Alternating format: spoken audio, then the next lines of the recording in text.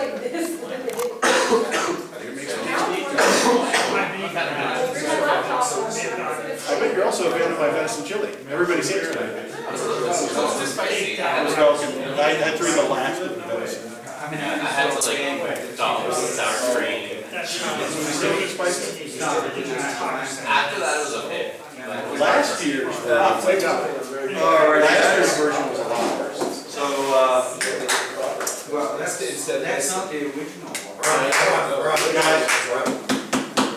So, we won't have a chairman tonight, nor will we have a treasurer. We have a secretary here, and so we're just going to kind of crack on. We have elections tonight. No. So this is the Sergeant Nov ERRFU meeting. So we're going to do a new rule for videoing, because I keep forgetting to do it, and I'm sick of kind of having to do it all. The last person in after 7 o'clock is going to run the video and make sure it's recording.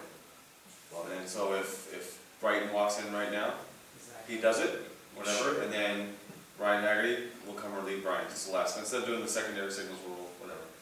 So if you're show up on time. Alright? It's running right now, so I don't know who it was. Hey!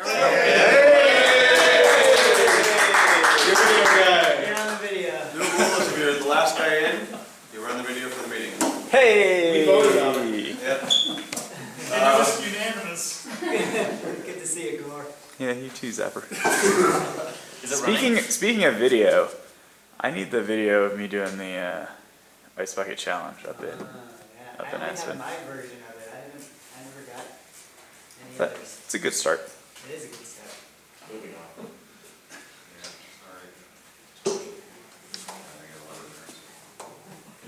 So, here's Ryan's quick summary of the treasury report. He sent out an email for the outstanding match reports and only heard from a few referees back whether or not the matches happened or not. So please make sure your information is current and to let him know if those matches happened, your name's on that report.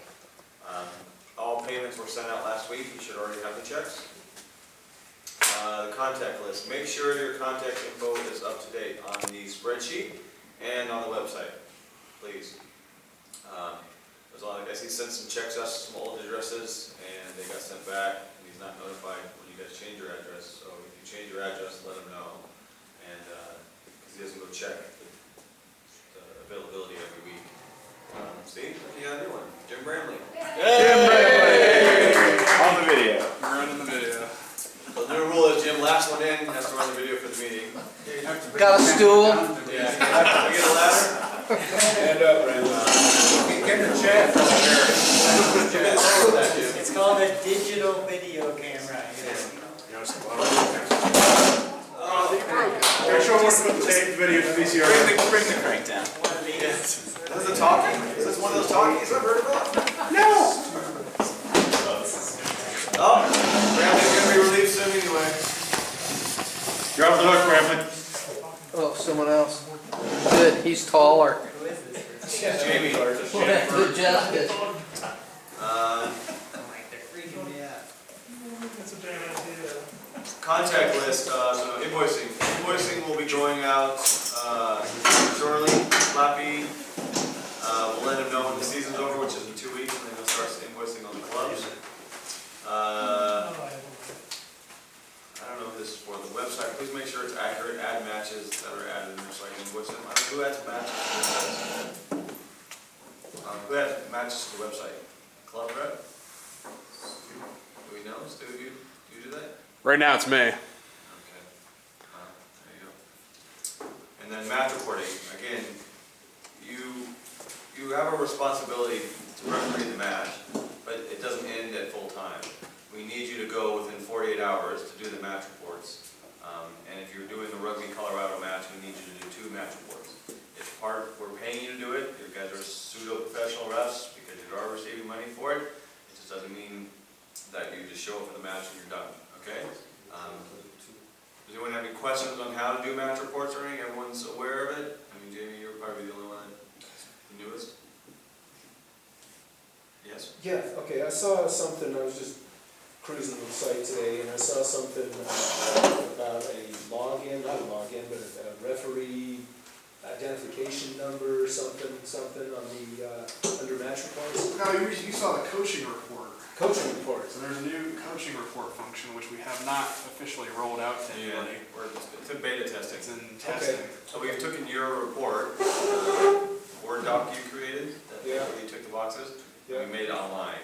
And once we roll that out, you can just go to it online and basically fill it out. You log in with, because you're a coach, you have your own login or a general login. Actually, there's just one flat. It's one generic login, but we It's just only the want coaches from. the coaches to do it because we don't want people going and doing random stuff. Okay. And then you just type in the report there and then automatically send all the parties involved a report.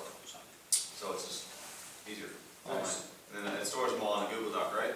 Stores them all on Google Docs, so if anybody wants to pull their own reports, we can do it.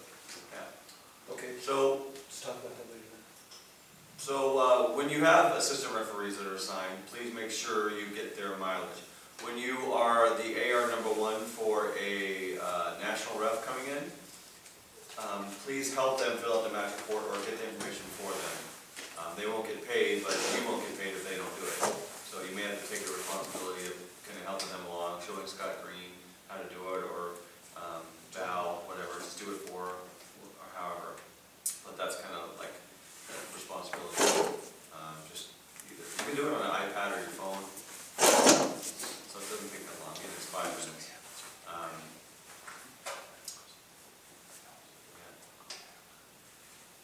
Please ensure that all items are accurate to report, especially the type of match, the organization that assigned it, and home and away teams. Okay. So that's the treasury report. Match secretary report?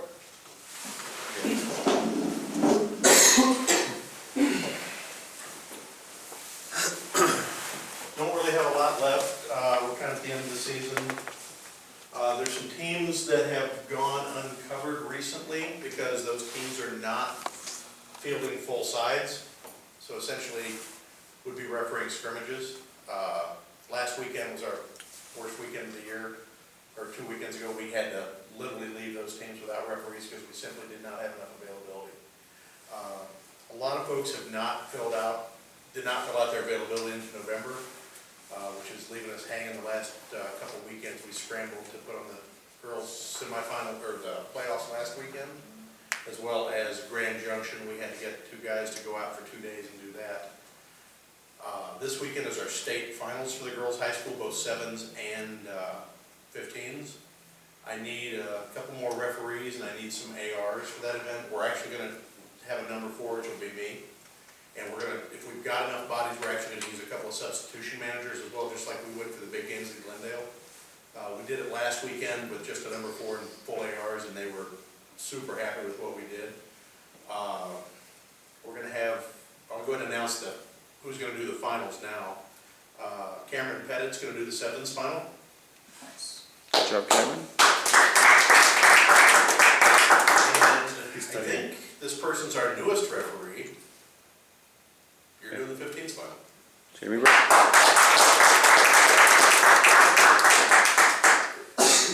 So if you got, anybody who's available, just email me or catch me after the meeting.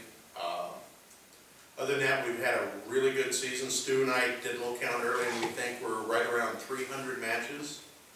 Did not miss any matches. There's some that we did not cover because we knew, like, for example, Pueblo and UNC are not able to field a team. So we simply didn't cover them when we needed that asset somewhere else. Is that 300 just this autumn? Girls High School is a lot of, We're at 262 right now. We'll hit 300. boom, No, I'm sorry, we won't hit 300. We'll be just shy. did about 280. Oh. We've had a lot of really One more good, weekend. Thanks, Stu. we've had a lot of really good feedback from the high school program. Kurt's gonna help us out with something this fall, later this fall, helping them move towards a more, that's what I'm looking for, Kurt? Professionally organized operation. Just bring some more things that you can bring, help them bring to the table. Yes. And, you know, they asked us how they could improve, and I aimed straight at you. Anybody got any questions? There's just not a whole lot of match report this late in the year. Yes, you have to go to Wyoming this weekend, there's not a game to go to. Oh, I can't. Has anybody had problems entering their availability? Yes. On the Google Doc. On the Google Docs, sometimes Well, when you're trying to put the Y or an N on there, it's a little funky. What I have done, if anybody else is running the same problem, is at the top of the spreadsheet, there's an alternate place where you can type it in there, and I just do it there, and it seems to show up fine. Huh. I don't know what the deal is with it. Different browser. Explorer 2.0? No, Chrome. If multiple people are in there manipulating at the same time, sometimes it gets confused. It just says users up in the right-hand corner to say 8 people are using this document right now. Just wait a few minutes until no one else can. Honestly, just come back in an hour. Yeah. Even Usually 4 of those are mine, because I have it open on 4 different sheets. So I keep everything open. And I'm like the least computer literate guy in the society, except for Jim, who's still got Etch-a-Sketch. So I just did a couple of the girls' sevens things, and if they're happy, fine, I'm not saying, but it seems like we have more than enough referees there. We could probably do with 2 versus 3 or 4. The problem is we assigned what they told us was gonna happen Right, okay. versus what happened on the day. Right, so even if they have the JV things, those girls are playing on smaller fields, and they're just not moving as quickly, and even an old fat referee can cover that without much effort. I'm there. So you and me. So, right, you and I. The problem is several weekends they had games canceled literally on Saturday morning. Yeah, I understand that, just a comment that they don't need as much as they've asked for perhaps, and it's just a regular 7 with the middle school girls. 2 can, I mean, they'd be tired, but they can do it just fine and do a good job, I think, too. If we need an asset. That's what we're gonna look at next year is, they're really trying to become a better organized group and Oh, and they've done so better this year than they have in years past. coordinator Karen Lane is really, she just keeps asking us, what should we do? Right, she was my tri-secretary for, she's awesome, so, yeah. So, guys, in the spring, fill out your availability, it's critical. Karen's been great about, as an example, has been great about communicating. When things change, don't just change your availability and figure that that's gonna take care of things, because if Brian has a game, changes his availability, I don't get a notification of that, and I don't go in every day and match it back up to make sure, well, Brian's not available now, but he was yesterday. If you change your availability, you've got to let myself and Stu know. And I did want to point out one other thing before I sit down, a huge round of applause to Stu Geiger, who has been doing a lot for us. 4 more years. I will run the biggest negative ad campaign to not do this for 4 more years. I think Stu, after really helping me out this season, I like it, never going dark, wants to be the going magic dark. signer ever. What was our biggest count, since I won't really give much for a. Well, I nailed it that one weekend. I said 12 changes. We had 12 changes in 1 week, and that was major changes, not just Zevon on, Zevon off. It was where we're changing 8 or 10 things at a time. So, wanted to give Stu a little recognition for that. And for you guys who have made all those trips out to Grand Junction and Wyoming, and Jamie, where else did I send you? I mean, you did send me to ref my first game at 9,000 feet. Jamie, I did that because when I moved here in 2001, I got here on a Wednesday, and I went to Breckenridge on Saturday. It's 9,600. Don't forget that extra 6. Oh, okay. It makes everything else easier after that. You're the only one that's fit, Jamie. You're naturally, just coming off a World Cup. Actually. I mean, what's 9,600 feet? So, if nobody has any questions, we'll get on with whatever that next thing is. We're gonna skip that for right now. So next meeting is our annual general meeting. It's very important to get as many people here as we possibly can. It's the biggest meeting of the year, except for the one before Aspen, but it's kind of who we make elections, we make changes in policy, changes to kind of how to shape the society. Saying that, I believe we're going to need some new people to run the society, not because change needs to be made. I don't think they're going to do it again. So, start thinking about who you want to do it and who you'd like to see do it, and talk to them and see if they want to do it. I don't know if we'll need a new chair. I know we'll probably need a new treasurer, because I don't think he's got a lot on his plate. And then, I don't know if Gary and Dan are gonna do that again. So, whatever.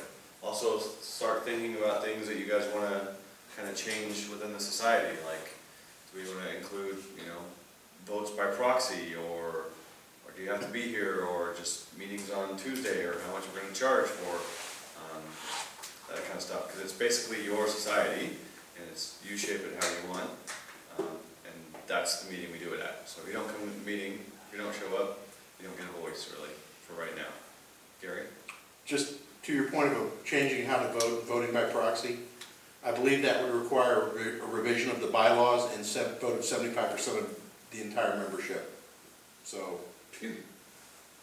Well, there's some things we can do and some things we can't do, but we can also propose doing it at a later meeting. I understand all the Robert Rules of Orders, and actually I don't. But again, like, no one knows that stuff. That stuff was great when Jim Russell opened the society. I know it. I know, but like, no one else here knows that. And it's basically our society, so, I mean, the majority, I don't know. So, But I don't think you can go against, as Gary says, Mark, I don't think you can go against its specific bylaws for us. well, again, like, who has a copy of the bylaws? I do. I do. Okay. Oh, we should get them on the If website. anything, We should probably get them on It the is on the website. website. Oh, nice. So, Get too good to us, too. Let me help you out, Mark. Will you accept a motion from the floor? sure. And I need somebody to second this. I make a motion that we simply suspend Robert Rules of Orders for the duration of the meeting. it's not Robert rules, just a question on the clarification. There's specific bylaws for the society, and then the AGM is run under the auspices of Robert's rules, but you can't change the bylaws. But you can suspend the rules. I don't think you can. For the Robert's rules are there for a reason. And I think you're treading on very dangerous waters to arbitrarily suspend bylaws that have been in existence for a long, long You're time. not suspending a bylaw, you're suspending the use of Robert's rules because we don't have anybody who knows how to run it. See, this is exactly what, only you two know all this, and no one, I'm looking at faces and like, who could give a rat's ass? And I'm just saying, constitutionally, we're a volunteer organization, and I know there's a certain structure, and I'm not saying we change all this, I'm just saying that no one knows about any of this stuff. I mean, no one does. Well, I mean, that's our there's two fault. people. We Well, should you're right. know it's available. Joe's gonna be next, so. Go ahead, Brian. What Well, I I was have just- is not on, exactly on topic, so you first. I was just gonna say to Mark's point, regardless of how it has to happen, if there's a change that we feel like in our society should happen, that's the time to bring it up. Technically, how we rewrite bylaws or whatever, maybe we can cross that bridge if we need to. But, to Mark's point, this is our society, and we can make it work the way we need to. Again, I'm not saying like all this stuff needs to be changed, but this, if there's something that you all want changed, next month is the time to do it. So, December 1, is that the meeting time? That's what. is it the first Monday? Yeah. It's the first Monday, So that happens. December 1 is Monday. The bylaws say that it has to be the first Wednesday. See, that's part of the bylaws. There's certain bylaws, and no one can keep them Why for 20 does it years say it because. has to be done So by? what we do So on on- Monday is not a null and void. I mean, we changed the things off Wednesdays for the high school schedules, and our chairman can't make Wednesdays or whatever. I don't know. Joe, what do you? That was right it, and what I was gonna talk about is can we set that date? Following Robert's Rules of Order. I'd like to make a motion that the AGM be Monday, December 1st, 7 o'clock here. Seconded. Okay. And now we need to vote on that? Discussion. Discussion on that? I think we should have a Christmas party too. I think we should too. We'll do that later. It's a friendly Out amendment. of order, Sergeant at Arms. Holiday. It's not me. Holiday. Holiday party. Kwanzaa. No. So, discussion, anything against it, anything for it? Move to a vote? I don't even know. No, move we call the motion. Mark, it's easy if you know how to do it. We don't. We have a second. Wait, there's a bush. Now ask for a vote. All in favor? All in favor? Aye. All in favor? All opposed. All opposed? Sorry, put us out there twice. No. Is this how politics are run in this country? All in favor, aye, all in favor. No wonder, now I'm getting it. Now I understand. Hold on, guys. Dave, would you have? Is it anticipated that there's gonna be anything controversial to be discussed? Come on, never anticipated, but. Right now, we're just setting the meeting. Yeah, usually what happens is that if something's going on that some minority doesn't like, then they bring in Robert's rules and bylaws, et cetera, as a way to thwart what's going on, so. No, That's been my experience. I don't know, but. It's actually not, it's just a structured way to run a meeting. No, I got all that, but what I'm saying is that people resort to technicalities if things aren't going in the direction that they want. People are usually Democrats and are pursuing So, consensus. you know, that's against the bylaws that someone wrote in 1950s, whatever. Well, The bylaws are actually updated about 3 years I ago. understand, I'm just saying, it's generally been New my experience, so if there's nothing New controversial, cameraman, can we all just get so along? the rule was that whoever's after 7 o'clock runs the camera, the next one comes in, is the new cameraman. New cameraman. Sweet. Next person who shows up gets the job. Just one thing, we had a vote, I heard a bunch of yays and didn't hear any opposed, so. Motion December carries. 1, 7 o'clock. AGM meeting is December 1st, 2014, the year of our Lord. Who's 7 Lord? PM. Whose Lord is that? The Lord of our country. Mark, on that final point, Stu, I'll try and send you a copy of the bylaws. If anybody wants it, They're on the send me an website. email. They are on the website. Everybody, Are they up there? they are on the website. I'm looking at it right now. Then there's So no we're on our new excuse for website. nobody not having it. Take time to read them and then. It is your website, it's your society. All our meetings are about it. Mark, some of that stuff is there to control or prevent anarchy as well. I know, but we're a referee, we're a volunteer referee society. I understand that, I get it, but again, what are we gonna do? We only use it once a year Yeah, to run the AGM. Alright, Chill, we got it. I got it. And Derek and Stu are also gonna be rolling out a monthly law quiz, 10, 15 questions. You can go online, go on our website, it's written now, but Derek's still having a good time in Chicago. Starting next year, we'll have that, and then you can, another discussion points. It's always good to have a law quiz every month, change it up, whatnot. And then, this last Wednesday, sorry. Will there be answers? Yes. I believe you go take it, and then you're shown, how's it work, Sue? I think right now what it's gonna be is you'll take it, you won't see how you did till the end, but then you'll see the answers and Derek will provide the discussion. Yeah. And then we can discuss at the next meeting, yeah. Okay, we'll probably just go through real quick. Is this something that's gonna be mandatory, or? No. Okay.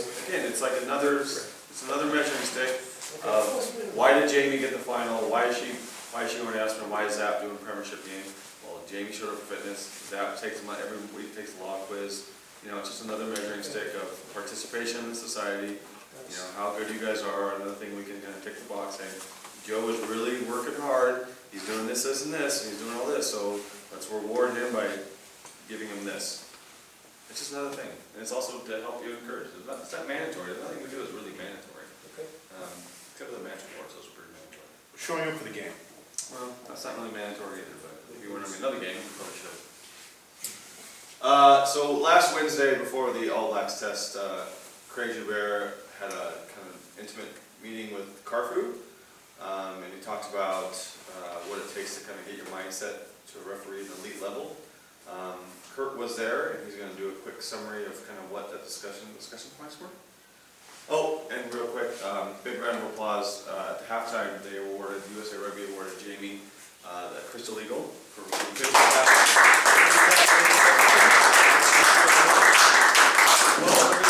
women's rugby player, and now she's our referee, so let's do her some referee caps. She's buying ability? Sadly, no. So Jamie, always pay your credit card bill just before you enter the meetings, Oh, okay. because this is what happens. So, it was an informal night, there was just some socialization, some food and drinks hanging out, and then he did just have a quick talk with the Nov ERRFU Referee Society, plus some other invited folks. But it was really interesting to hear him talk about it. There was also a question and answer period that was extremely interesting, and there was a referee who raised his hand and said, how do you feel that you blew the last call of the Super Rugby final? And, you know, penalized Richard McCaw wrongly, which was, after some horrible stares from everyone else, it was pretty funny. But he addressed the question. He said, listen, I got it wrong after I looked at it later, and I called the Canterbury coach to chat with him about it and let him know that I felt it was wrong. And he said, then I read about it in the paper how I called the Canterbury team and apologized and said I got everything wrong and, ruined their lives. So he was talking about the pressures that he feels in the press and how the world looks at him and what he pays attention to and what he doesn't, and how he prepares for each match. I don't think there's anything revolutionary. It's nice to know that he's basically doing what we are teaching everyone to do across the country and what we talk about in society meetings. But he does game prep by watching games. He also meets with each team individually, and he takes a unique perspective on this, and I actually got a lot out of this. Instead of him coming in and saying, this is how I'll be refereeing the game and this is what it's going to be, it's really a conversation. He says, what are you looking for in this? And so he listens first from the coaches and from the captains, depending on who's in the meeting. He says, what are you looking for out of the game? And then he asks permission, do I have your permission to then set structure in this way? And he said, for the Eagles and All Blacks games that I've already talked to both teams, he said, I asked their permission, can I set structure at the scrum? Because we don't want to have 18 reset scrums on every single scrum, and NBC is going to hate us.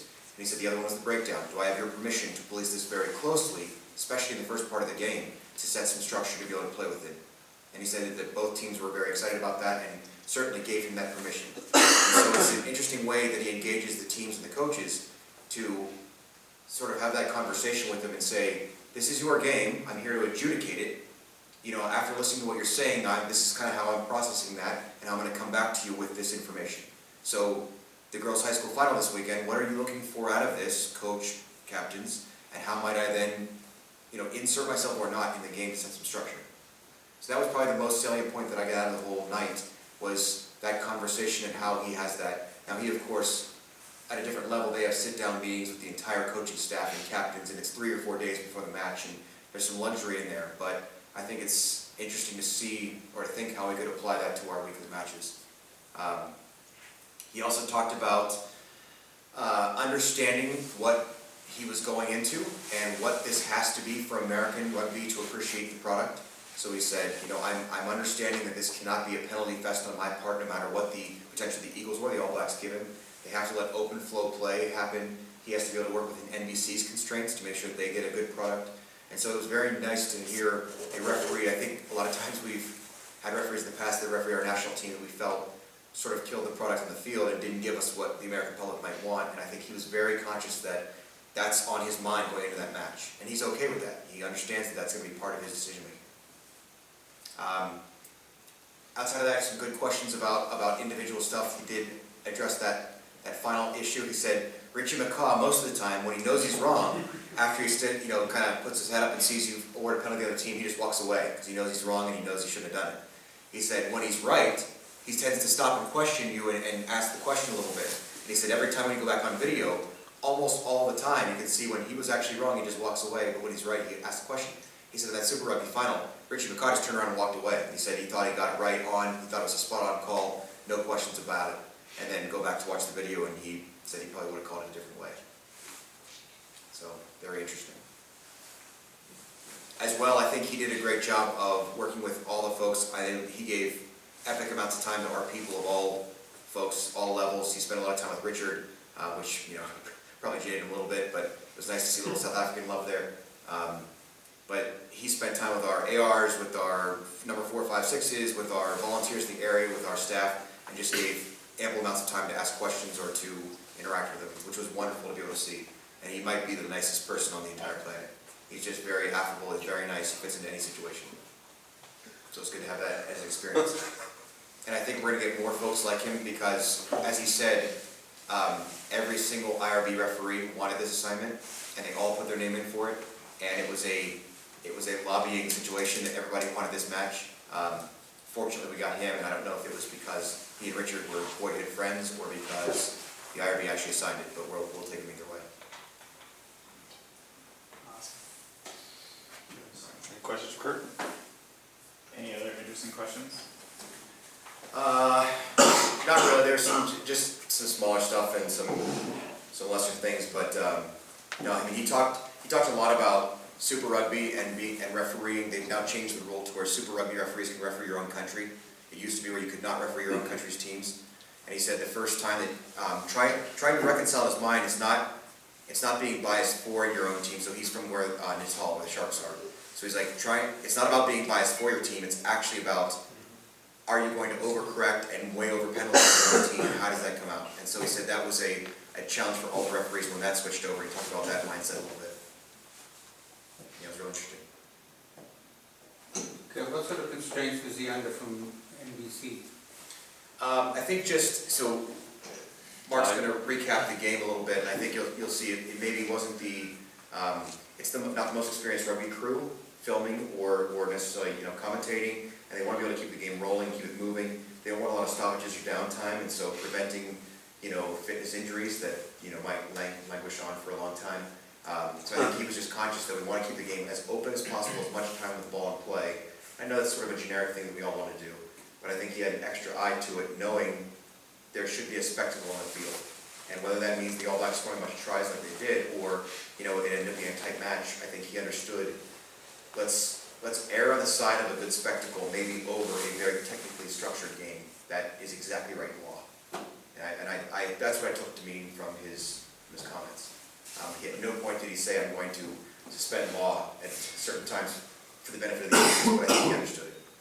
Did anyone notice that the All Blacks never went for points? They always went for a line out at every penalty to kind of create that. Again, they know where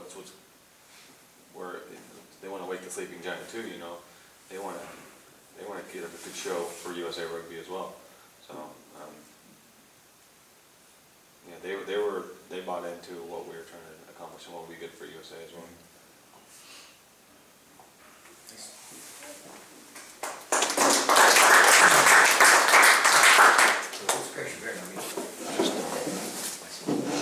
It's all started. I got the TVs. So,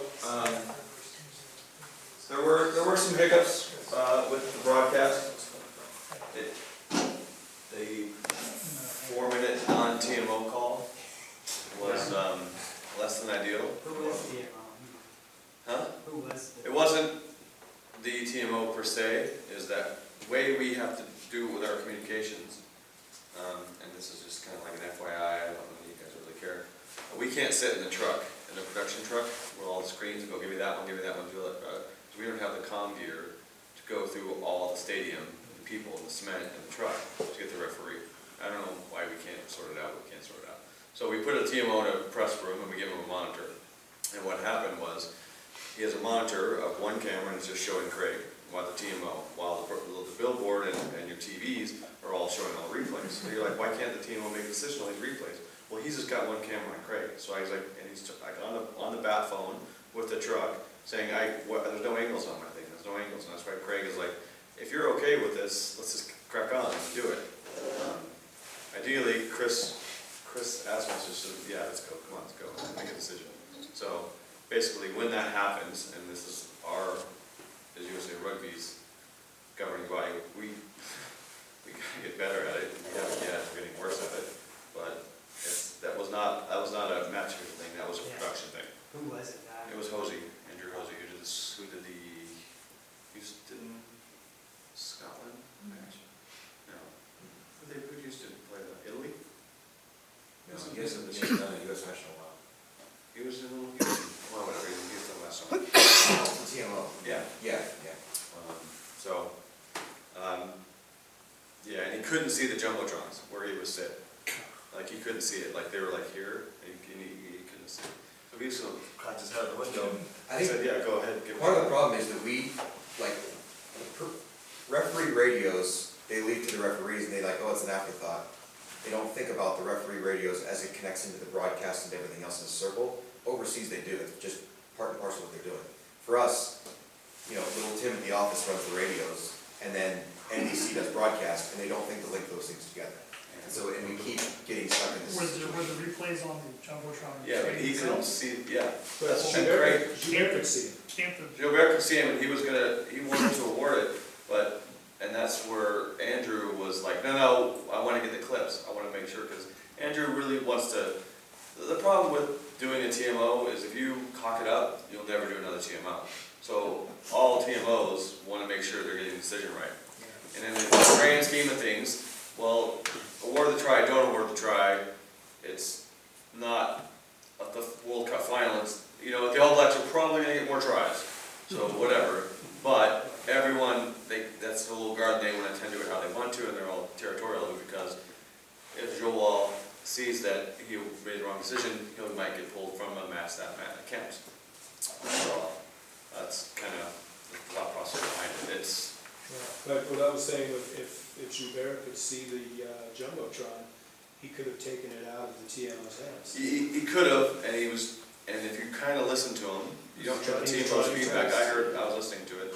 He was trying to, like, I'm happy with it, and as soon as he said, I'm happy, I'm gonna make a decision, he's like, no, hold for these clips. Oh, jeez. And that was I mean, it took like 40 seconds, and he asked that, and then it took another 2 minutes, and he said, we'll stuff it. And then, murder could have happened on that field after that, and Joubert would not gone to the TMO again. So Andrew could have come in and had a beer, his job was done for the day. Once that happens, they're not going back to it. Right. It's, you know that Kill theory, like, spectacle you were just talking about. that theory of like when you talk to a captain, you have 7 seconds. That's, anything longer than that is a long time, and you guys were all watching that. The crowd just died, everyone was floored, what? And that took like 3 minutes, so think about that too, when you're bringing a captain over and giving a lecture, and the behavior changes that are done. This is taking forever, and all the people that came to watch are bored. You're also losing buy-in. Yeah. Did you Sorry. No, I was gesturing. So, saying that, I talked in the after meeting, hence known in the bar, with Craig. We was talking about his positioning, and before we were I was always kind of teaching bio, and I think we're kind of coming away from that. And the new theme, basically kind of going towards positioning, is reading the game and anticipating. Because at the end of the day, I don't care where you stand on the field, as long as you see it. But in order to see it, you kind of anticipate and see where it's going to go. I think in the first 10 minutes, when USA comes on the counterattack, or the attack, I think like that's about as well as you could be positioned and read the game. It's kind of like he does kind of a little bit more in the saddle, and he's really close to it than I'm comfortable with myself. But I'm going to try and kind of mirror this and kind of work on this because it's so effective. So we're just going to kind of watch this a little bit. And again, like if you have like questions or whatnot, I mean, let's have just general discussion. There's some other takeaways I want you guys to think about as well. Who has not seen this? Who doesn't know the result? So game. You were there. Yeah, but I didn't watch it.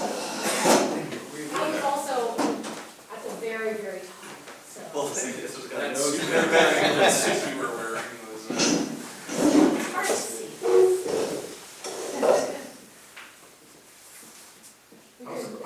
I just like what he was doing, but I was surprised, he was always like freaking there. And does he have legs like 300 feet long? Well, he is 6'4", so. Yeah, he's freaking just there. That's that anticipation. Yes. And not. And you notice he doesn't run. There's none of that sprint to jog stuff. He just goes over there and he anticipates and he's just right there. You gotta switch on every play. You need to have your eyes up and you need to play smartly, but you also need to bring the heat today. It's gonna come from those white jerseys. And this should be a great.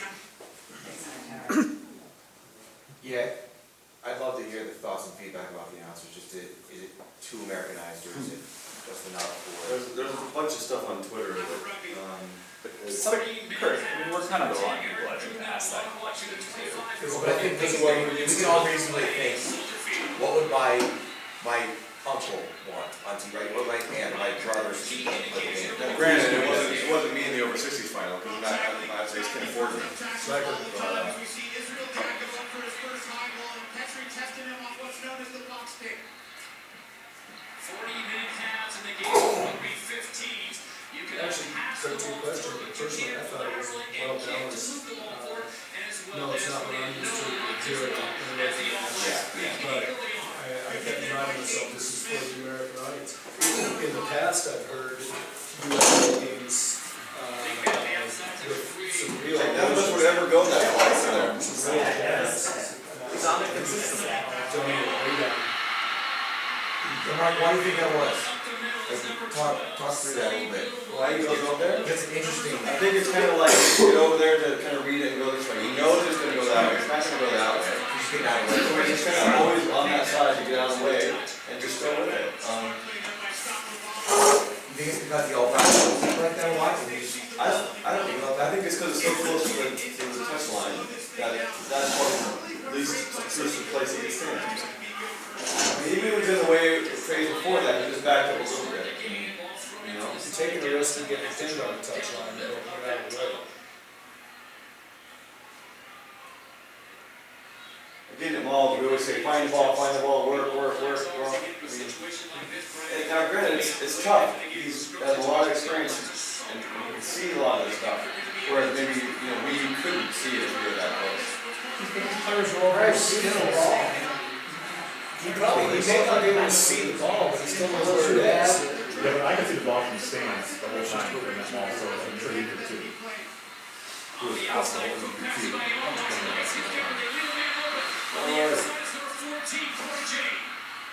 Jamie has to kick it back inside to Israel Dad. Great kick there. Double team to the tackle by Suniola and number 8, Danny Barrett. So right here is Once again, this is where the All Blacks will show their patience, and it's not there. They reset, and here the ball on the ground. Could be an early break for Team USA, and it stays with the All Blacks. Well, those first up tackles on, and over half on Mauricio Scrum. Ball was knocked on, and he's a went forward from the hand of an All Black player. The United States team. We went 20 minutes, it was 20 minutes without a scrum. 30 minutes. 32. Thank God. So something Mark Lawrence told me what he tries to do is, he tries not to have a scrum in the first 10 minutes of the game. Because, sorry, I'm gonna get this internet. Someone's offside, or apparently somewhere. And they'll just be tired and they'll be compliant. Just something to think about, like as part of shaping the game, like just, if the marginal call, just that's backwards, let's carry on and get him into the game and get him playing in it, not just scrum. So it's something I try to do now. Granted, when you drop the ball forward off the restart or off the kickoff, you're like, oh, okay, Not 10. So we were talking about this at the bar. Should Asmus be in goal here? No. Asmus should be stopped at a place where he can see it and see the line. Because again, he's looking for the line. Well, we certainly got plenty of time to discuss it. This is going to take a few minutes. Yeah, we're going to fast forward. But I think it's a good question though. If he was that far ahead where he could make it in, fine. But I think he did the right thing to stop. Right, he did 3 stop. 5 meters out. Yeah, no, And just look. Well, how can we put ourselves in that position where we can't get ahead? Yeah. So you stop. So you stop. Oh. Yeah, if you keep running, 2 things. One, you're gonna get too close. Second, your eyeballs are bouncing. The question would be. Your eyeballs are bouncing. That's because I run. Did you see him try it? As opposed to going to the TMO and saying. Chris, Another thing is, I think it was a bit pedantic in resetting the kick as they charged out. Especially after that long. That was absolutely unnecessary. That's just one of those things, maybe we were like, at the next stoppage, you guys listen, as he approaches. Again, like, it's bigger picture stuff we want from you guys, it's not just laws and balls and strikes, it's shaping the game. And it's like, that was something that didn't need to be done for this match. Like, if that happened in a Summit game versus Chaparral, you know someone's gonna put another 50 on her, so that's something that you didn't need to redo. You just have a mention with the All Black captain, or the USA captain, and say, hey, listen, he has to approach. So here's the clinic I learned of it. Like during this phase, all these phases.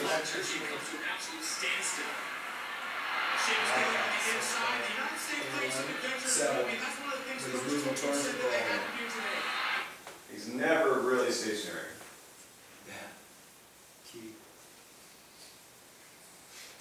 And he doesn't do a lot of what a lot of Ivory refs do is when he comes and drifts.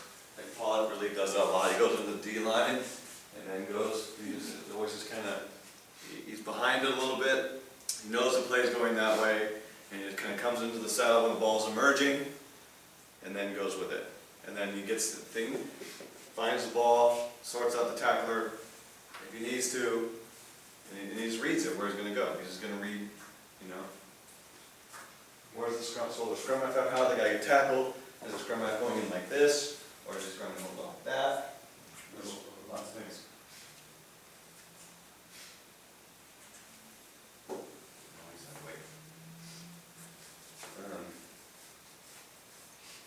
I did ask to him. Big opportunity for the Americans. Will they get their first try in a history against the All Blacks? Let's take care of the ball here. Nothing doing there. $10 in the little split. They scored. You stay out of it. Score a try. The Vegas line was what, 51? 61. 61? I guess it would be 67-6. I talked to him, there's a lot of nicked passes that maybe, just the one time you could have just let go, just to get the crowd into it. The one off the scrum class where we played advantage off it, which is technically something you can't do. And I talked to him about it, and he's like, yeah, I felt the All Blacks could have got something out of it. Had this been a Super 15 game, I would have just done the USA scrum, putting his hand on the ground. So again, he's kind of maverick in law in that. He played into what we were after. Yeah, but again, like that's all part of like what he was trying to accomplish out of this game. Because again, watching, and I say this all the time, no one comes to a match to watch people scrum. It's just a restart. No one comes. Jamie, you ever go watch? I can't wait to see these scrums. They're going to be so awesome. Only if I have to play against them. Yeah. Well, yeah, you gotta learn it.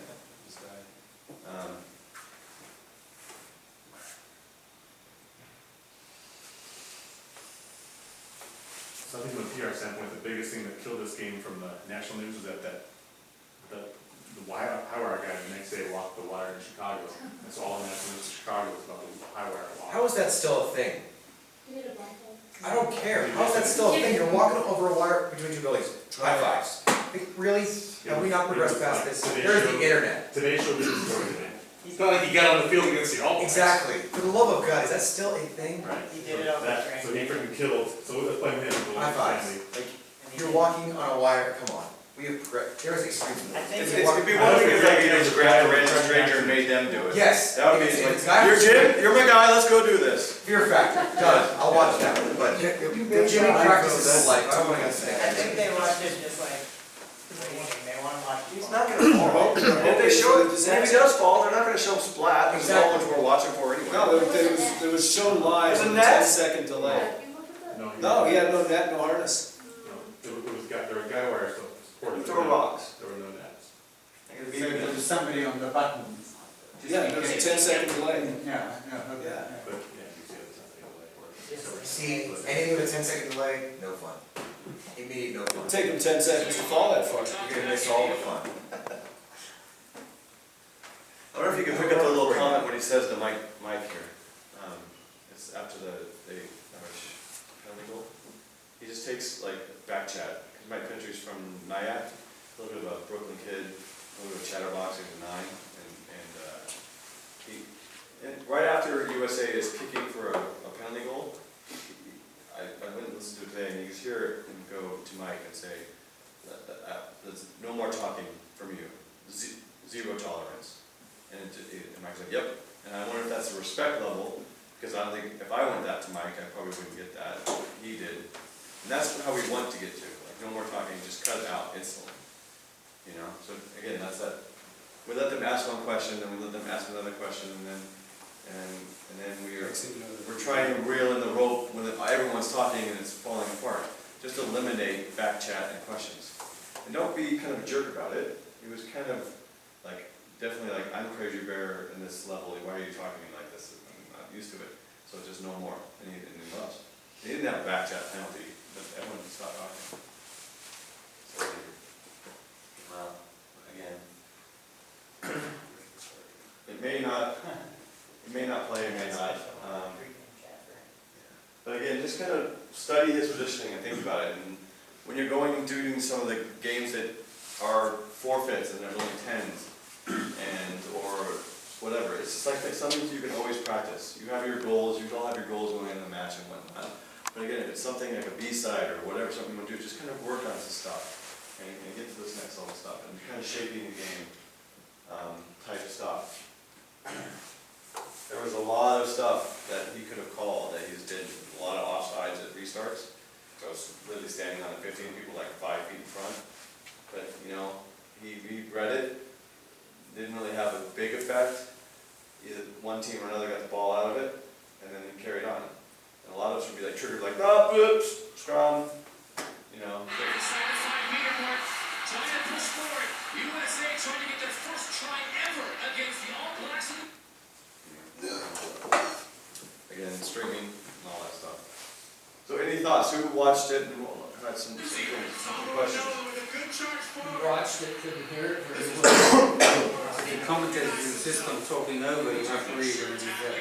You can go to NBC Sports and watch this. If you didn't DVR or anything. Clever, taken down, offload, nothing there. Well, he just got tackled by the ankles there, and if he was able to slip that tackle. Unfortunately. I think it's a good thing, though. Good. Maybe they'll get signed by the Bears. Who would you pick, Kurt? Who would you pick? For what? Man?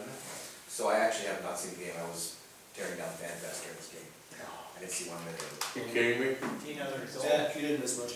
I saw the score, yeah. Like, There was one occasion that he played a very, very long advantage.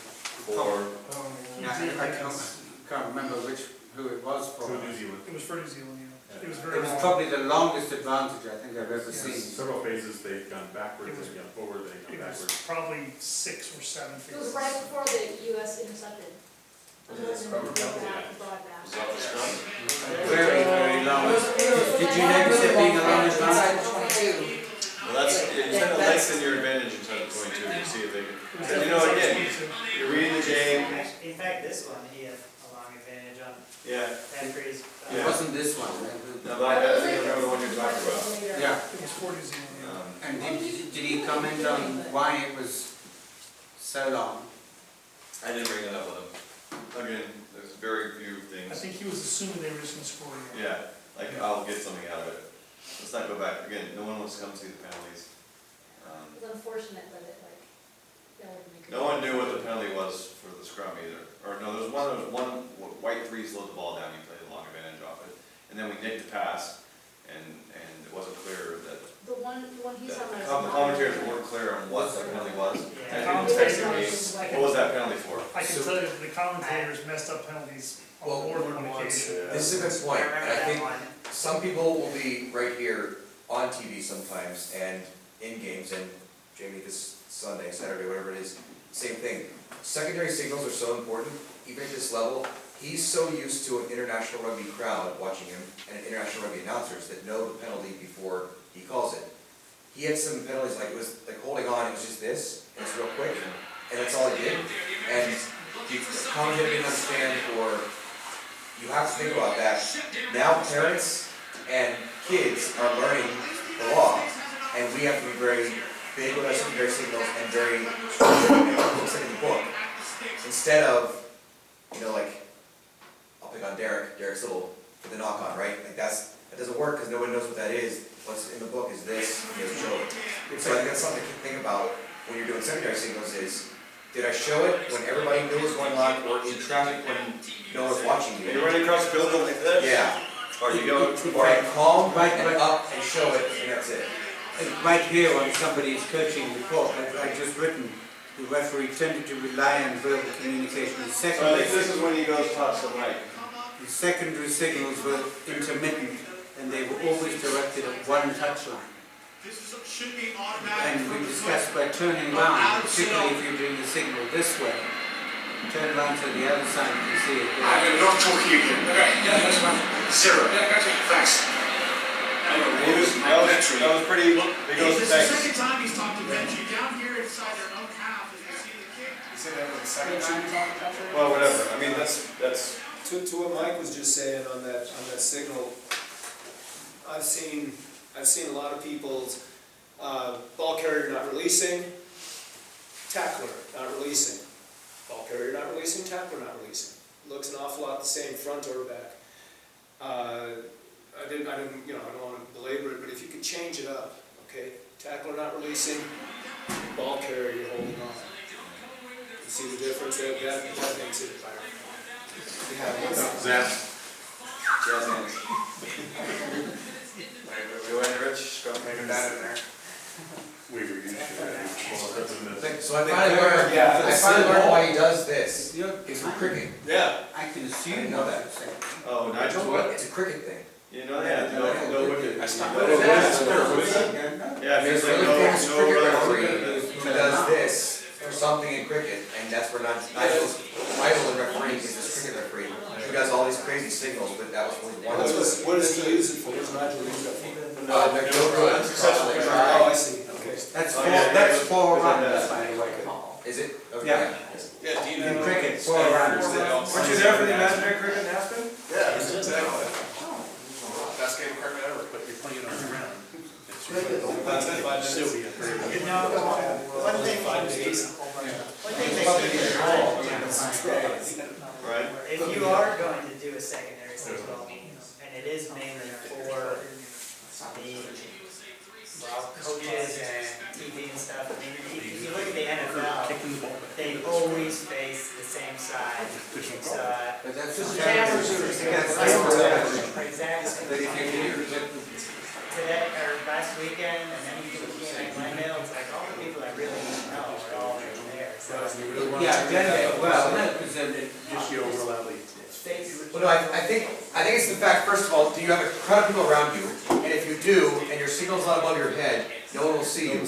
But you don't signal while there's still crowd and a fever going on. Once you just calm down and people disperse, then it's going to show exactly what it was. And that way everybody can see you. And if you do it here, both sides can see you.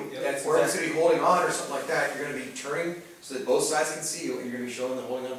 So just think about that as you're doing it. Don't ever rush into a secondary signal.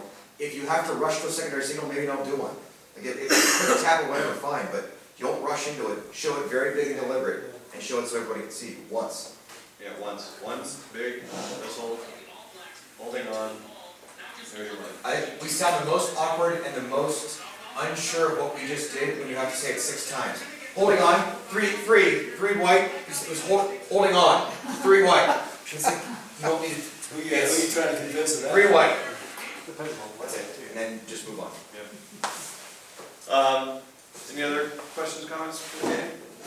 Yeah, one thing that had nothing to do with the game, how many of you watched the pregame and the halftime? Watched it, saw it, paid any attention to it? No, not at the game, I mean on TV. On TV, okay. Again, nothing to do with the game itself, it was the production of it. During the pregame and again at halftime, NBC, USA Rugby, I don't know, decided to show a good 5 or 8 seconds of Todd Clever with claret all over his face. And I think that did a disservice to rugby in front of the US audience. Yeah, You know, blood. Well, yeah, Merlot, he's a Merlot guy. Yeah. He was going to celebrate it. It wasn't a Chardonnay. I really do think that was tacky. I mean, yes, it happens, but do we need to show that to Mom? Yeah, it was on football. He's dreamy anyway. Lumberjacks are away. How about Blaine Scully eating up all the drama time? You know, oh, I'm bleeding. Oh, no, I'll just lay here for a little bit. Who saw the, You get mine. who saw the quick throw in and had an issue with that? When he got cut, the Oh, camera the- ran the- out to him the- to show the blood. I was asked, The trainer ran away, so the camera ran yeah, I out. was asked twice about this, because they thought they knew the law, and they said there was more than 2 and 2, and why would you as a referee let that go? And I was like, well, I didn't see it, but I was asked this question from people who said, I thought I understood the law. At the line of touch where, about when it's out of bounds, there was 2 and 2, so why would the referee let that go? That was the question I had. It wasn't good at all. Are you talking about the All Blacks one or the US one? Oh, you're talking about the US one, the long pass? Yeah, That's a Vala. Yeah, no. Toss it across the field. We're talking about the I'm talking about the catching one, on the run and right back. yeah, where the ball is bouncing, and the field play at the All Black winger, it runs out in the touch. Oh, I didn't see that today. Yeah. In the touch, and the ball's bouncing in the field of play, picks it up and throws it, and on the quick start, and it was fine. But Dave Williams loses his mind about it. It was, See the AR? it was No, Dave Williams was the medic, Water guy. Water, and he almost got chucked out of the stadium for it, because he started abusing Chris. No, it was completely legitimate. The guy was running, and it was actually a really good play, because he, as soon as he caught the ball, he was standing with 1 foot in touch. No, he was both feet in touch, and the ball is bouncing and rolling, and he picks up the ball from the field of play and throws it in there. But Dave Williams says, well, he took that as a touch. Well, that's basically his argument. I'm glad no one here has an issue.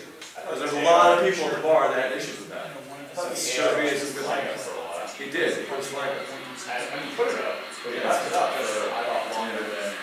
Well, and this goes back to the age-old debate of, And then Clever had a problem with it, and someone else had a problem with did it. he catch it, or did he bat it? Like, that's where, It was a no one's catch. going It to doesn't that. matter, if it hits something in touch, it's in touch, it's not taken in touch. And No, it's, but he could, if he catches it over the line of touch in the field of play. But if his foot is, But no, hang on, if he catches the ball and his feet are in touch and it's still in the field of play, the ball's in touch. If it he wasn't bats taken it, in touch. if he bats it, the ball's still in the field of play. Yes. Yeah. So that's one of those things where it's not, that doesn't make sense to people who don't know the game Yeah. to the extent that some people know it. yeah, I saw it as No, one they foot say actually in the field you of can play. bat it back in, so The it's still in second, the field of other play, so that foot means was he's taking in it touch, out and of it was field like, of what do we do? play. So in their mind, Yeah, well, it was. Even if it was in touch, that's all it takes. Yeah, I even talked about how brilliant it was. I thought it was a great play. But Jim, so interesting point. If he had done exactly what he did with just 1 foot in touch, that'd be Still in okay. touch. What's the mitigating factor? What's the mitigating factor? Keep turning it down. But here's what I have a problem with. If he did exactly what he did with 1 foot in touch, where's his other foot? Field of play. Okay, and then what did he do with the ball? Put it back in the play. Threw it in, right? So he brought in a touch to line out. He was in touch, therefore, when he caught the Fine, ball. fine. I agree. He's in touch. Yeah. Yeah, but can you throw in a line out with 1 foot still No. in the field No. of play? But he did have both feet I in. know, but that's what I'm saying. I mean, technically, one of the points was, hey, but if that you may had be one- something that you would not be overly pedantic on if his foot was just You admitted bang in for free field kick per play. foot. Fair enough. Right. Like So, going I'm five, just if he saying- didn't throw 5. For the benefit of the group, potentially that's something you stop, but potentially you would. To go back to what Joe said, of what the mitigating factor is, 19.5A, if a player with 1 or both feet beyond the touch line or in touching goal line picks up the ball which was stationary in the playing area, that player has picked up the ball in the playing area, and therefore the player has taken the ball into touch or touching goal. If a player with 1 or both feet on the touch line, touching goal line, picks up the ball which was in motion within the playing area, the ball has deemed to be picked up, the player has deemed to pick up the ball in touch or touching goal. So that's what, again, a little bit of knowledge can be a very dangerous thing, and lack thereof. I used that as an example of, somebody was asking why is New Zealand that much better, you know, athletically, whatever, we got some great athletes on the US side, some great athletes there, and all of a sudden that play happened, I said, that's a perfect example. The player knew what he was gonna do almost before it happened, so much so that he probably had it figured out before Chris, who was the AR, even could process that everything was okay, which is probably why his flag was up a little longer, And he's like, oh, that's fine. Yeah. But it's one of those I don't think things Chris where. ever did that was fine. I think Jubert overruled him. Yeah, that's what I wanted to ask. And that's the smart there, and then hopefully that's a smart thing that Chris said. Okay, I'll put my flag down then. I don't think. There was nothing over the radio? No, I mean, you could hear Jubert say play on, that's perfectly legal. And that's just, again, that's Craig knowing the law. That's, to this point is, what do you gotta do to become a USA Eagle? Well, basically, you just have to be really fast. Carl and Dial.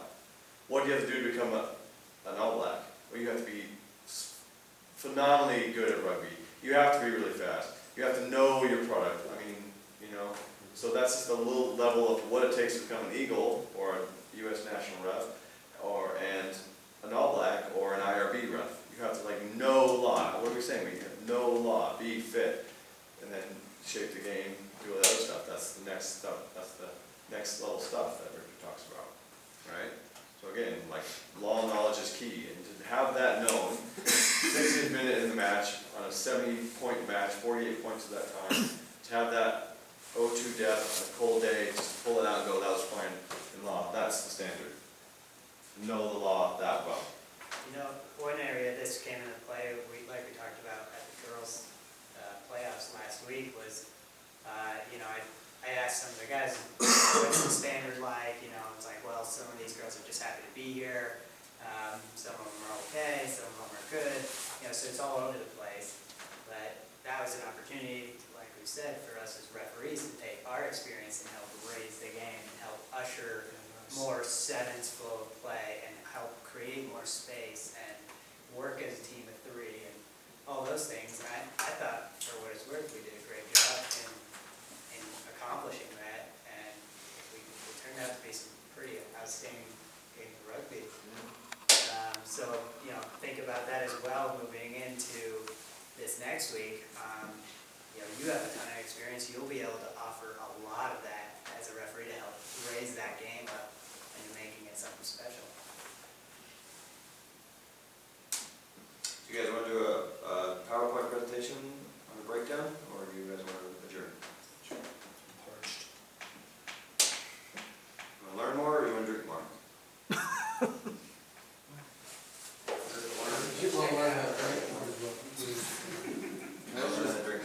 I don't want to drink more. Motion. Can I ask a very general question, because it came up again on a Saturday, and it came up earlier in the season too. Saturday, I don't remember, I think Anthony was in the middle, but there was a girl who had a braid down, halfway down her back, and was tackled by the braid. It was pulled backwards.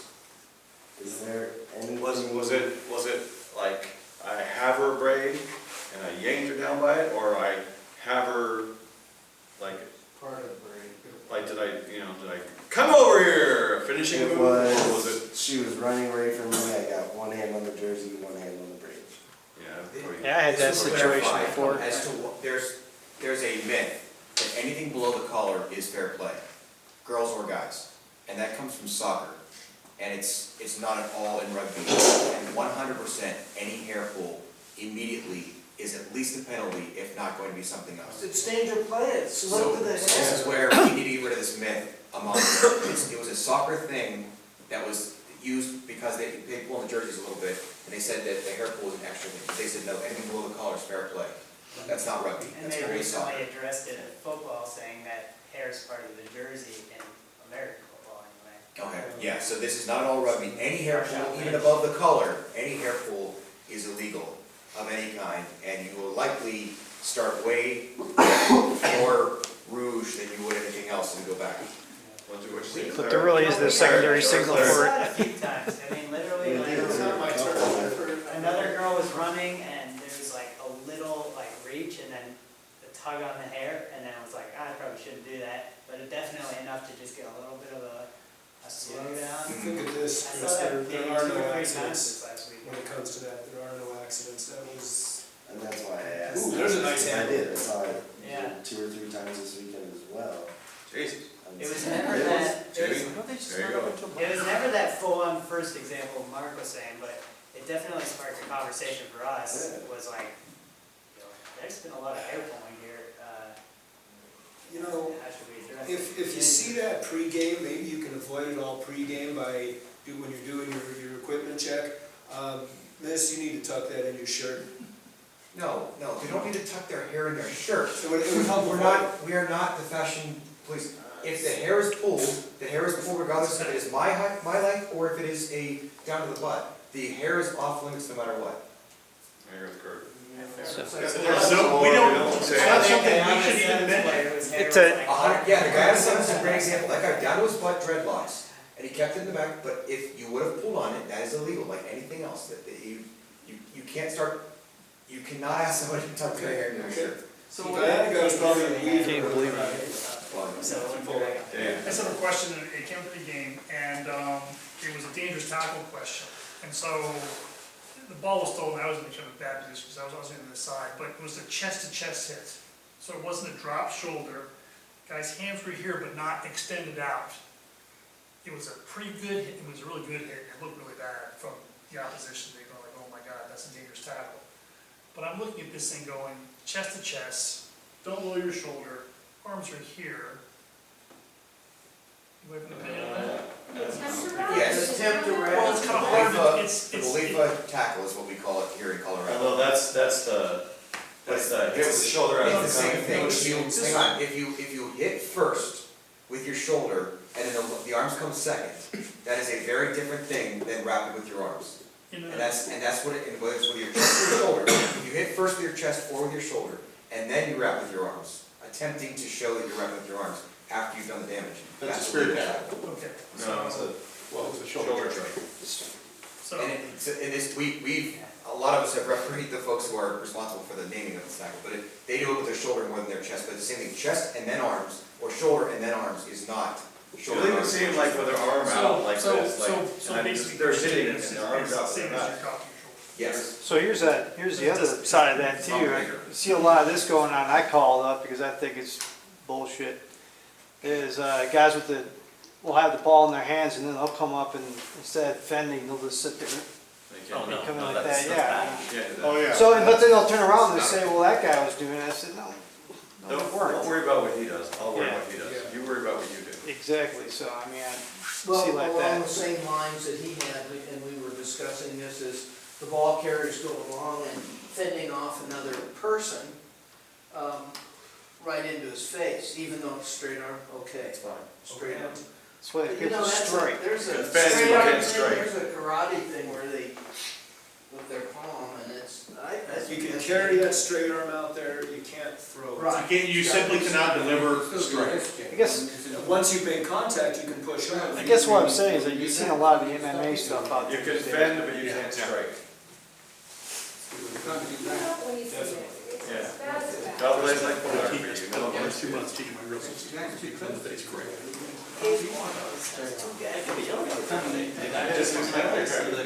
Alright, so, this is as long as we want it to be, or as short as we want it to be. It's a pretty good presentation. Given by Mark Lawrence.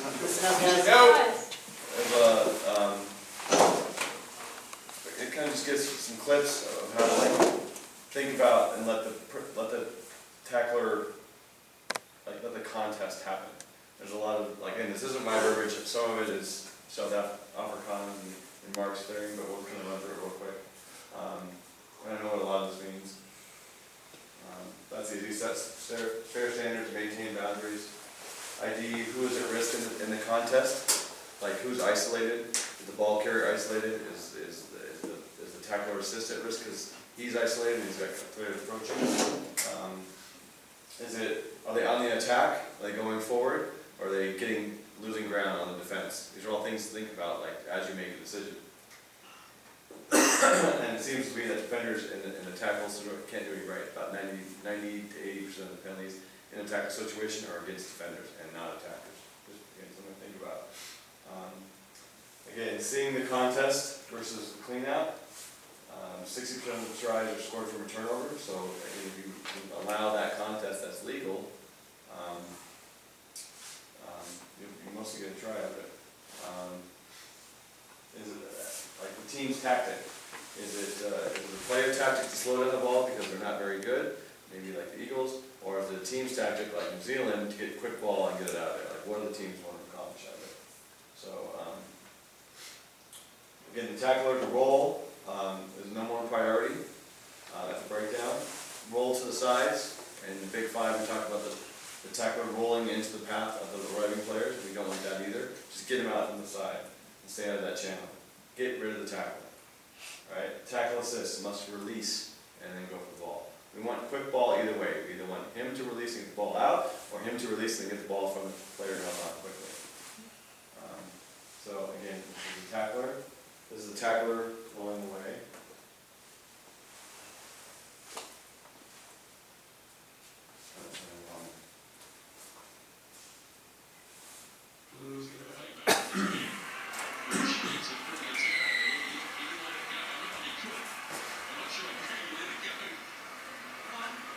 So he penalized the ball carrier when it should have been the tackler. Let's see that again.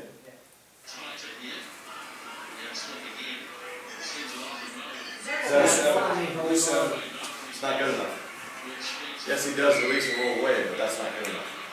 He slowed that ball down.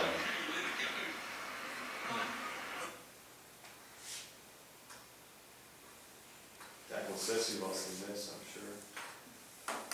This is in my presentation.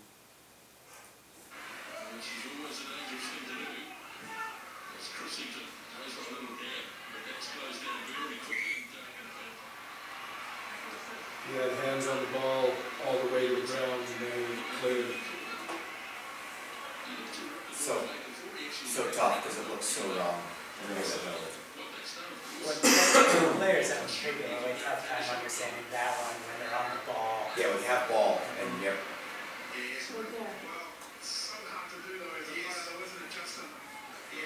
Even the commentaries have empathy for it. Yeah, so if the player only has the ball, there's still a tackle. Well, he's pretty much only on the ball, but he assisted in that tackle. Yeah. He's penalized. Even if it's just the ball, it's still.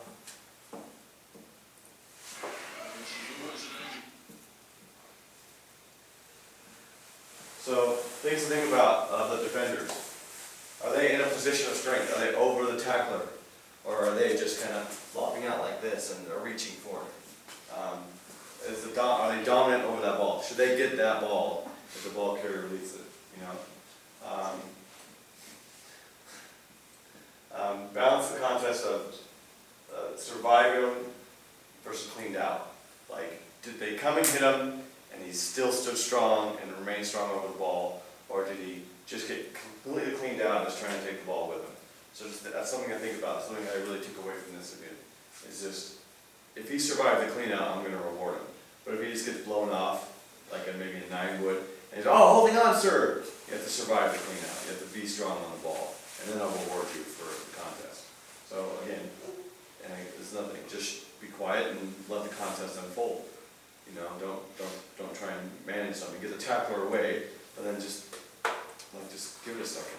Let it breathe. On that shut up part, it's so important sometimes to not say anything because you limit your options for a fair contest. If you're so robotic in saying, you know, no hands or something, then, or immediately calling a ruck, right, instead of just giving it a second to let it unfold, then all of a sudden you might realize in that second that the player did have his hands on the ball and that contest is good. And all of a sudden now you've said, no hands, but then what are your options now? You either let it go and kind of go, oh, never mind, it's okay, contest is fine. You put yourself in a real Or you have to corner penalize them incorrectly, so.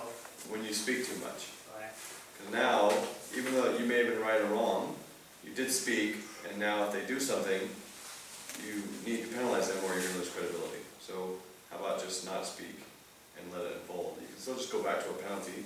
Yeah, no hands in, ruck form. You don't need to say, ruck form, no hands, white 9, get out. You just don't say anything, you know? And the best way to get the tackler away is early in the game. Don't say tackler roll, just penalize him. You need to move quicker. You know, don't say tackler roll, because by the time you say tackler roll, he does it, he's already slowed it down, as you can see with the blue 7. Bill? Yeah, I just got it. So this happened a couple times, and I just like to see some clarification on it. One, in the game, I told the guys to stop it, just because it was killing the breakdown. But the guy would come in, he'd come in the position to get into the ruck, and the guy would just come up and go, throw him right down in the ball, just throw him right on over. And Yeah, blow them off. Arrive up, blow them off. yeah, that's why I didn't penalize that. This is negative, that's possible. Yeah, so I didn't really. Hang on, what's the law? Let's help it out. What is the law that you're gonna be calling for? Yeah, see, I was thinking about, you gotta bind on you gotta come in, you gotta bind on the player. And that wasn't binding, it was just coming in, and he's obviously bigger than the guy, he just was throwing him through. It's almost like a tackling the man without the ball. Well, You can't the collapse thing the was that the There rug it is. was There you just go. set, so it was collapsing of the Hold on, rug. what Jamie just said? Someone hear that? You can't collapse a ruck. So the Yeah. law is collapsing the rucks. The question would be then, when he did what he did, is the guy free and clear, toss him out the side, nowhere near the ruck, and then goes after the ball? That's not collapsing the ruck necessarily. It's, the ball was available in there, or did you just toss him down on the ball in the pile and create a negative pile? Yeah. That would be then something negative. And that's why I just kinda asking, because I know I do call the collapsing of the rug, especially when it comes with a gator or saddle roll. Yeah. That's the second question, but it was odd, because I don't really see people come in and contest this way, throw the guy down and just stepping back out. And they were the first two in. It wasn't the second or third person, it was just the first two in. So I just told them, I go, hey, stop it, man. Let's have a bind, let's have a contesting ruck. And I cleaned it up, but I didn't know if there was if you guys ever seen that before, and if you call that as a penalty, and what would you call it? It's a good one to manage, Yeah. like it sounds like you did, because a lot of times in that instance, you're probably gonna win the ball anyway. Yeah. But it's also something that you have to address, because if you don't, it's gonna create problems later. So, like you said, don't pull them through, something Well, like that. the coach was sitting there on the side, and I didn't address him really, but he's just like, what was wrong with that, ref? You can do that legally, and I didn't really have a quippy answer to come back at. Just say, we'll discuss it after the match. Whenever, like, coaches Yeah. interact here, I'll just discuss it. I've got a job to do, we'll discuss it after. Yeah, and that's basically what I did, but it's just stuck in my head, and I was just like, at the end, what am I gonna say to the guy at the end, so. And then the second one was, a few years ago, I saw this clarification, and it's kinda how I address saddle rolls or gator rolls, however you guys call them out here. It's always the first two coming into the ruck. And then they asked me, well, why can't the second guy do it? Because it happened in the game. I said, because you collapsed a ruck. And I did call that a penalty, collapsing of the ruck. And he asked why, and I was just like, hey, I'll allow saddle rolls, but you have to be the first two in. Because other than that, you're gonna be at risk of collapsing a ruck whether you do it or don't. And I want to know, I haven't seen that There's a good clarification video, out there's a again, good so- video on Facebook under USA Rugby Referees that Patty Mack just put out. It was, Yeah. Well, I read that, and Did you watch that video? It really pertains to like collapsing the ruck versus kind of like, the thing that, the kind of saddle roll, which is only on body only now, if you get it on the neck, it's a penalty for clarification. It's basically that player's off his feet, and you're getting the tackler off. Yeah. It's whereas if you're an opposing player coming in on his feet and you're taking him out like that, that's collapsing the ruck, that's a penalty. So there's a difference. It's kind of the same technique, it's just whether or not, is he the tackler and you're clearing him out? Or is he an arriving player or a tackle assist and you're collapsing a ruck by doing that? So, you going to Kurt? I'm not sure I completely agree with it. As long as you have not collapsed the player that you're trying to roll out down onto the pile or the ball to prevent that kind of play, you could be the third, fourth, fifth person into the breakdown. That doesn't matter. It's a technique to clear people out of the breakdown, the same as driving forward and through. You just cannot collapse. So what ends up happening, his examples here, were when the roll didn't work and we both fell. And then you're clearly collapsing the ruck, no matter what number of people you are there. But if you're the fourth person in from your team and the fourth one in from their team is the one you end up with your hands on and they roll them out, it's not the number of the arriver. It's simply, was it a positive move to clear someone away from something, or did it just create bodies on the ground? And I think that's what you're looking for. About 3 years If it's ago, by- there was a clarification that came out on it, and I'll dig it up, because I always keep all these things, that said, hey, you know, we'll allow the first two coming in and then rolling off. Other than that, it's liable for sanction. Didn't say. Yeah, let's crack on with this, I understand that, and good points, but, let's just get on with it. So, again, reward the turnover.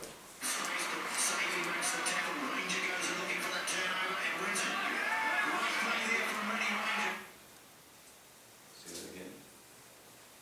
I have such a problem with this.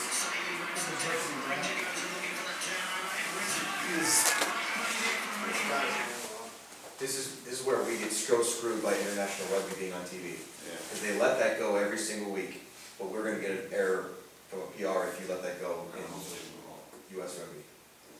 That's so tough. When in this case, that, you know, look at that one more like that bigger picture. What's the expected thing? By law, that guy obviously, first guy not on his feet, red guy in the side, but bigger picture is blue, had momentum there, and they won the ball in the end. So.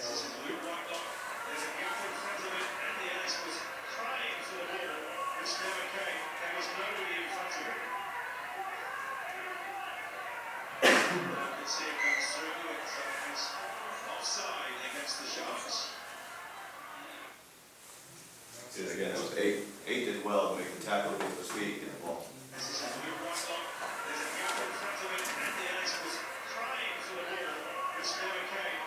Mark, Peter Simpson made a great point to me this fall, was you don't play advantage, I know, you don't play advantage on a turnover ball for holding on. Like you would never play advantage for a holding on penalty. You're either going to give it or not give it. And so it was an interesting way for him to explain this was, if the person has their hands on it and the ball is coming, you're not going to then give it advantage because it didn't come quick enough and let them play through it and come back for a penalty. The ball either came to them or it didn't, and you're going to penalize it immediately, or it came quick enough where they can then have it back to their side and play again. It was an interesting way for him to put this in perspective, which was to play advantage through that, it either came quick enough or it didn't, and it's either a penalty right then, and they didn't get their hands on it and didn't come quick enough, or it did come over their side and play on. And so it's a way to put a couple penalties, I think, in the pocket, potentially, which is if the ball, even if, you know, albeit slowly, worked its way back to the correct team, because it was poached, it was back, it was, you know, on their side, that may or may not be a penalty, but you're probably gonna play through that. They got the ball, they get the, you know, the fair launch. But if it didn't come because they were actually holding on, it's an immediate penalty, it's not an advantage. Something to think about. So, yeah, that's good. So with these clips, again, these are all just set up clips, and it's actually a test, but in essence of time, what we're gonna do, what we do in our presentations is we're gonna show you a clip, we're gonna think about what we're talking about, and then we're just gonna pick, like, we'll go Brian, Joe, blah, blah, blah, to the room. You say either play on or give me the sanction and penalty. All right? So this is just going to test you. There's no right or wrong answers. There's right answer.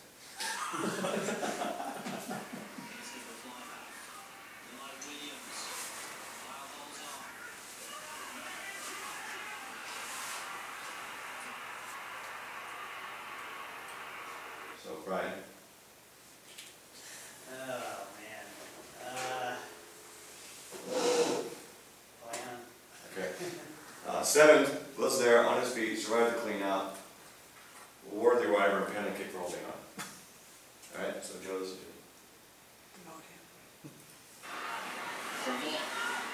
Forfeiture, could be another turnover job for Izende.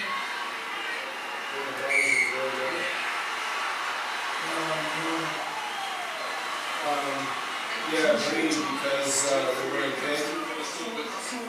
No, their bodies are away from the camera anyway, that's right, I can see it. So what's the call?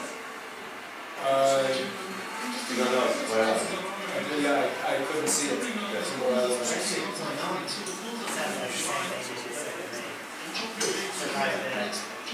He was there, survived the clean out, on his feet. Now it's right? 2. Attack and never go away. Didn't look like the one. Yeah, but you know, about what second shot.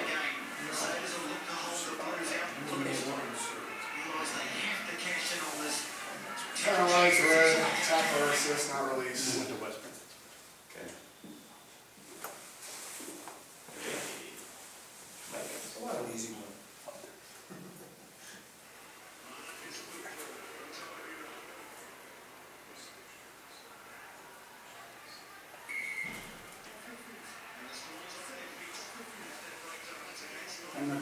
see it.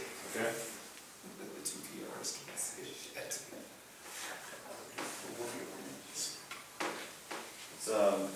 blue 7, it has starting to get right to it. The reason it goes off its feet is the ball carrier holds on. So it's a penalty for ball carrier holding on. Jim?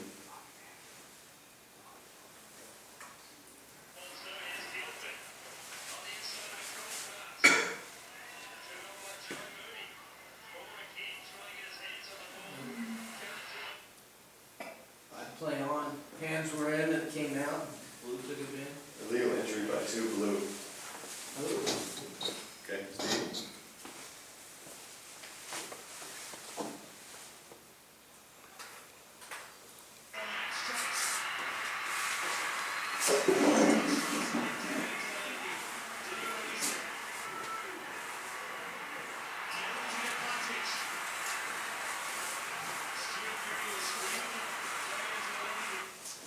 I agree, I didn't see it get released. Tackle assist, not releasing. We got on his feet. Tackle assist. Okay, alright. No. He did release. The guy was over the ball trying to squeeze the ball out. He survives the clean out, and he can't get to the ball because the guy's not over his feet. Again, I'll have this presentation for you. It's in the Dropbox. I can share it with all you. And then you guys can go back and rewatch it. It's a really good presentation. Jamie?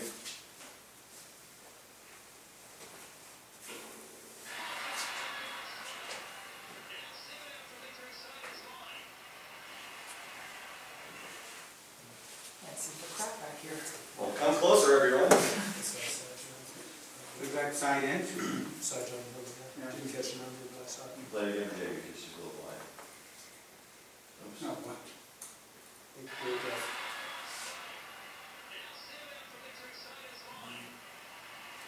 10. Clear that it didn't release. Okay, do you want to, Gary? I suck at these. Good thing we're not ready. You can do it. You better.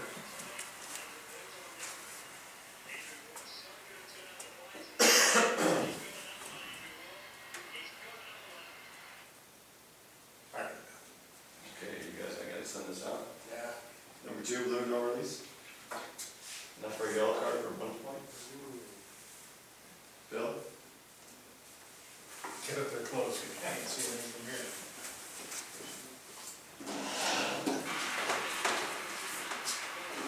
Too close. Okay. Yeah, he didn't release the, ball carrier, Tackle assist, no release. tackle assist. Yeah, he was on his feet, but he never released the ball carrier. Holding on. I had an injury. Ray? Just a bit of a side here on this. Clips that top? Let's see. This is a reverse angle on that. This won't count. It is tough. It's easy, everyone will do it. This is the reverse angle in the game. Look at side entry doing this. Yeah, it's, Yeah, we got through. Again, we're gonna reward that legal contest, all right, so. still reaching the cup.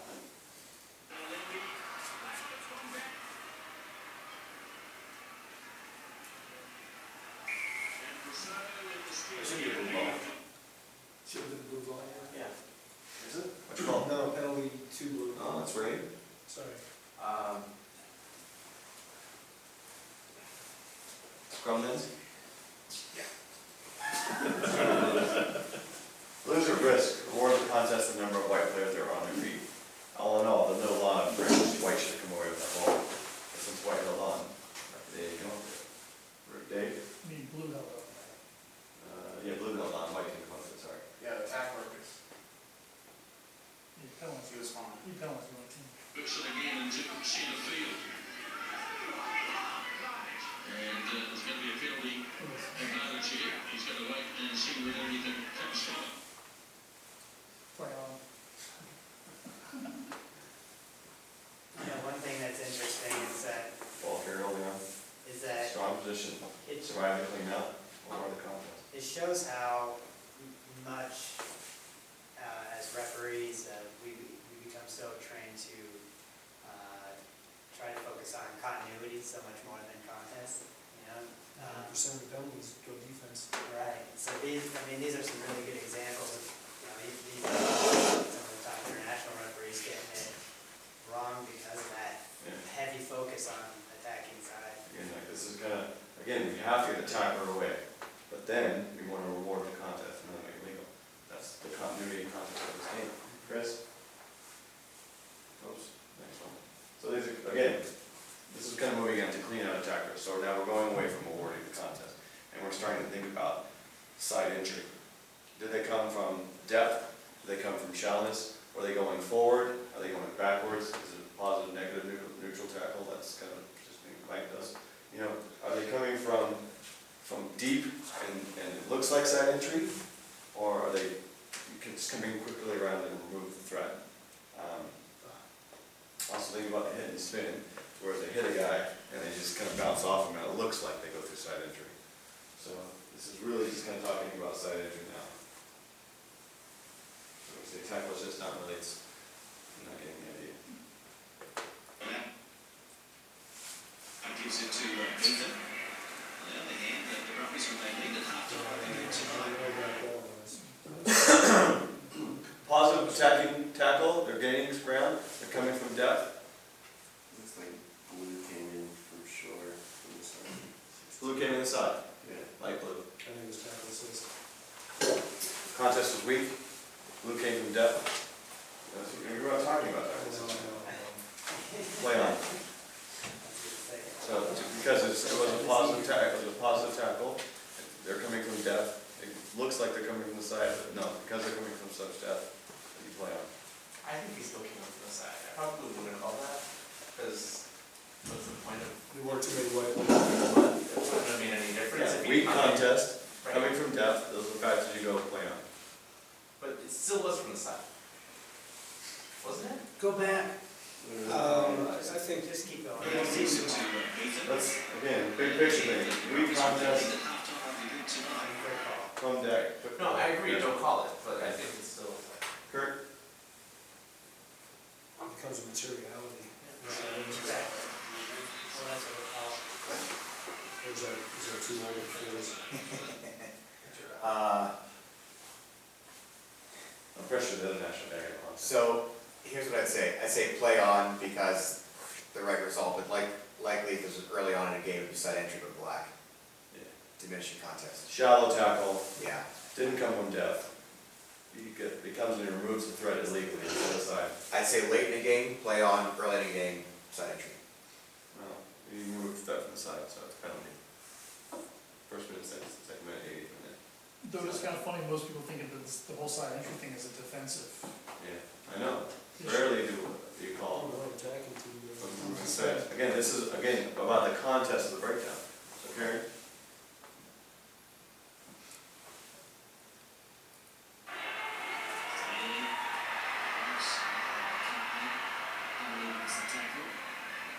Also at the back door, Scrappy,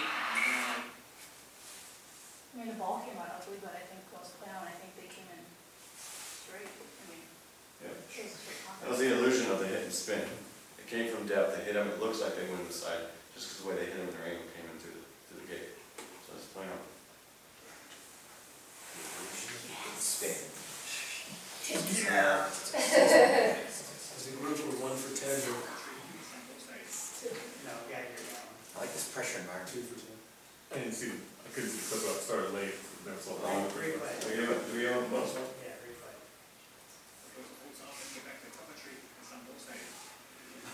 I think red's not in the right spot. Penalty for red, against red? Against red. Why? They're offside, I think they're in the wrong spot. What are we talking about? Inside I still can't really see the ball, I mean, I really can't see the video, so I Watch blue one. Hang on, before you do, I'd point out, you can see all of Red's jersey and shorts, so they're on the right side. They're on the good side, right? As you can see their entire body, and so they're actually laying on the right side of the ball, the correct side of the ball. Okay, watch what he does, okay? Well, you got it wrong, but I'm not gonna give it wrong. Tackle. You mean his tackle? Threat. Yeah. He's clearly the wrong side. He started on the left side and just. Okay.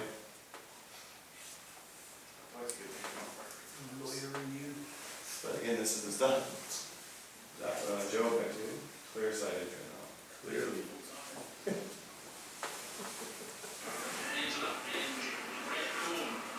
Side, blue, missing number, but he just walked around and then grabbed the tackle assist, the guy that poached it, the attempted poacher, just walked around the side and pulled it down. Good. You got me a side entry. Bastard. Are you gonna say that in the game? Are you Yeah, I'm gonna talk that say much. all that much in the game? We would like you not to. 3, entry. On his PR reports too. Zapper.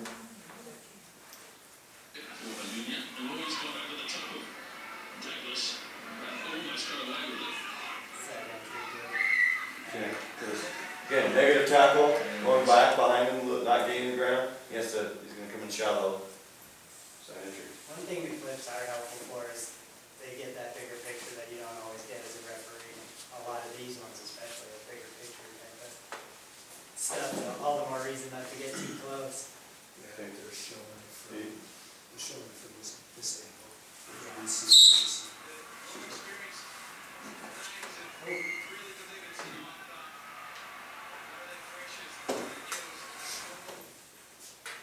Yeah, I mean, it's kind of a neutral tackle, wasn't going forward, backwards. The entry from blue on the short side there was shallow coming in. Sorry, side entry blue.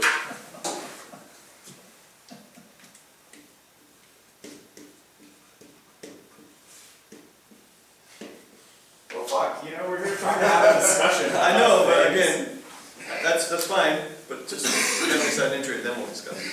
Fair enough. Penalty side entry for all of them, I just said. No, carry on. Good from depth. That's fine. Here's some depth, Yeah. from depth on the sideline.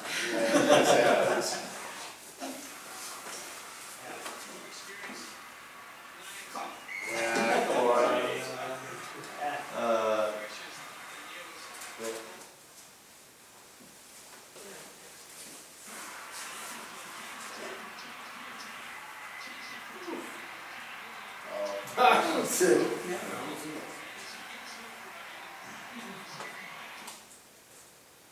Yeah, I mean, he was a tackler, because he went to ground with his knee, so he didn't release. What are we talking about? Side entry. Play it again.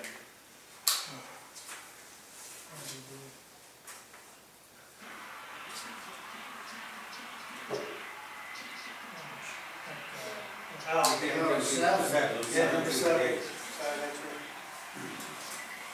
7 shallow, side entry to remove the threat. Stu?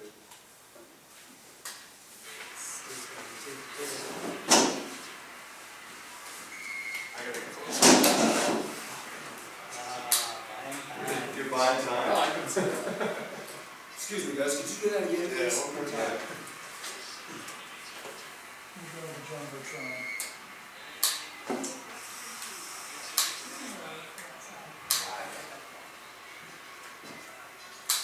I was gonna say that, I think that was okay, if I'm wrong. Yeah.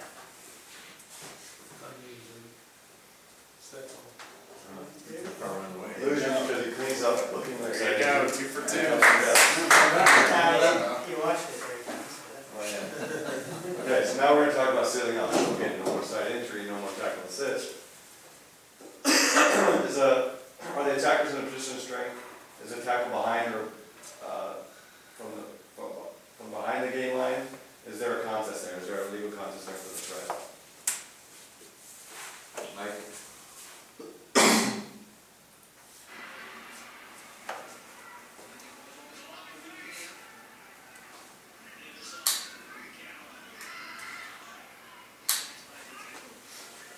It's the first one, Alex.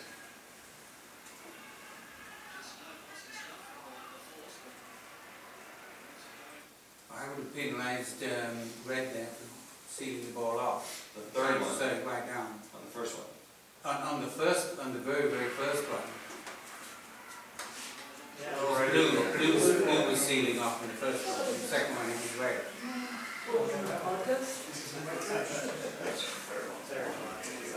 Sounds like there was no contact, there was no bump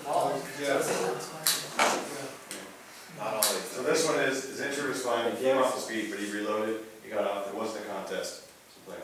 Maybe I misled you that. I'm in this presentation in June, so I don't remember all of it. Right?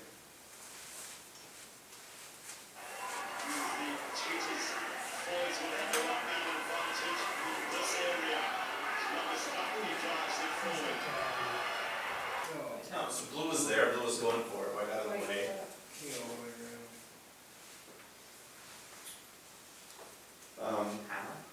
So the hammer is when Nail. the player picks up the ball, and then the guy immediately binds onto him to kind of push him, and then when he goes down to the tackle, he's there to kind of, it's like the hammer and nail. So that's like a pick and drive, pick and drive, pick and drive. He can go to ground, but then he's got to get the hell away or reload. If he just lays there, he's sealing it off. Yeah. So, But we see that a lot. yeah, at the end of the game, hammer, pick and go, and then binding on, and going and falling on it, and then they're just slowing it down. It's a tough call. So Mark, do you have a different standard for that, closer to the try line? Yeah. Well, no, not different standard. It's the same standard. I'll probably work harder at closer to the try line. You know, work a little bit harder.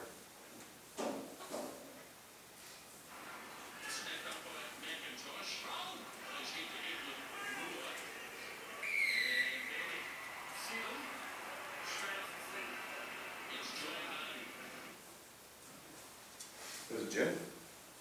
Yeah, I think he got it right, it's hard to see. Yep. He's getting on the rest. Jamie?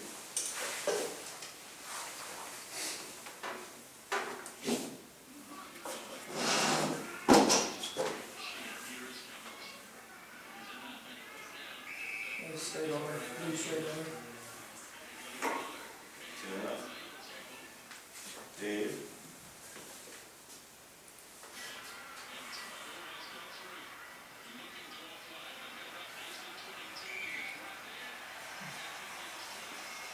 It seems like a little more guys, I'd play. Alvin? No. Entry and Savannah. Chris? Christian Hansen. Preference. Hand.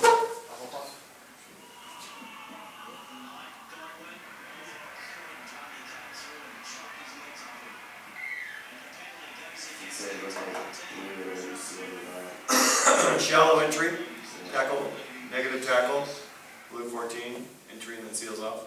Just look to get this ball back. Sealing up under pressure. Get up. Get up. Kurt? Kurt?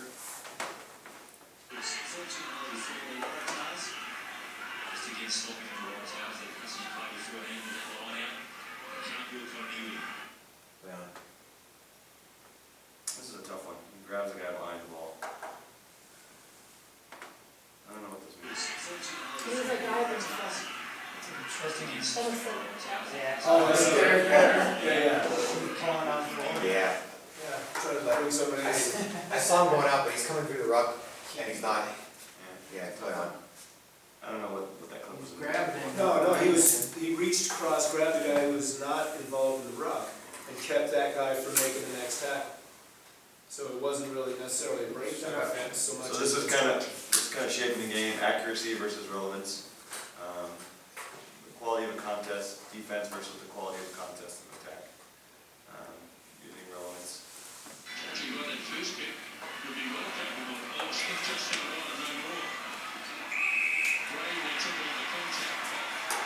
that really a penalty? Yes, he kind of sealed off, but no one was there on their feet. You're sealing off on the tackler. Let's carry on with it. Yeah, it looked like everything is wrong, and it kind of is, but it didn't prevent anything. Let's carry on. Does the decision make the game easier to understand from spectators?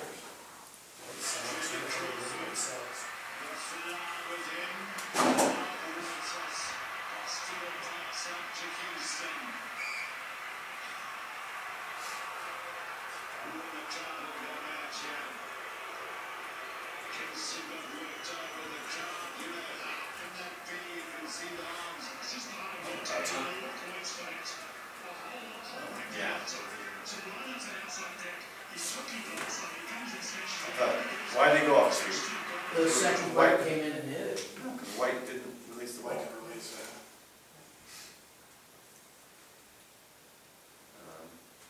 Focus points. Again, the quality of the contest, defense versus the offense. Is he in a position of strength, with young speed, is legal dominance over the ball? Does he beat the ruck? Shut up and let it fall. And then accurately ideal, a real ruck, just not a tackle or a ball off the ground. Again, don't kill the contest because it's easier to referee. Principle of quality, defense versus context of the attack. The attack. Are they removing the threat from side entry? Are they sealing off to prevent the team at risk from getting the ball? Or is it beyond, are they obstructing their opponents being beyond the ball, grabbing out and grabbing that guy? Again, that's a really tough call, it's something to be aware of. Other laws still need to be refereed. Ball carrier, no release, and crawling or rolling, another one, or getting on his feet and crawling, you know. Ball carrier getting up after the tackle. I don't know what flooding means, or basically just kind of taking up space in an offside position and then foul play. Mark, I've heard flooding tackle now a couple times from different people for different reasons. It's an interesting new term that has made its way in. What is the definition? Well, I think what they are going to talk about is they're going to be different than potentially what we're going to hear locally. And so I've actually heard a referee on the field call flooding the tackle and give a penalty. I don't know what happened.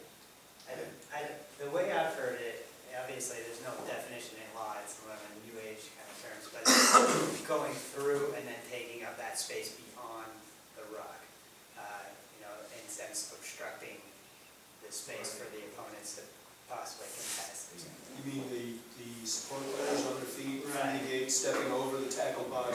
Exactly. So, yeah, usually ball carriers teams stepping over and then occupying the space beyond the breakdown. Okay, just me thinking about that, if the other team is so late as to let that happen. We don't have an answer for it, it's something that, Brian, the term they use in the coaching world is rucking through the ball, not to the ball. Yeah. And, you know, if no one's gonna be there, I want players to occupy that space. That's what I'm saying. It's hard not to. It doesn't matter if no one's there, because there's no rock. you see that a lot in high school.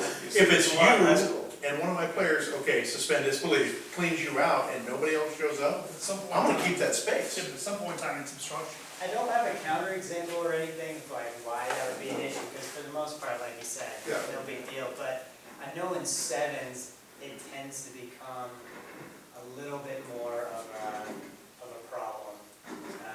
Well, I mean, at some point in time, I it's get- obstruction, isn't it? Yeah, I mean, hopefully it'll show an example I of think where that would make sense, but, let's crack up.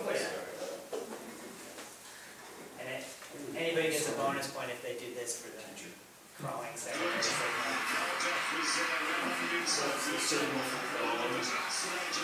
I'm a big proponent of this. You see this a really lot in high schools. Tackled and held means basically tackled.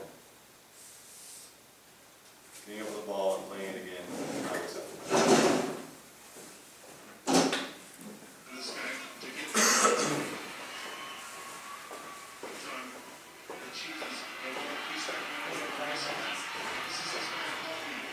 That was all momentum. And he's going downhill.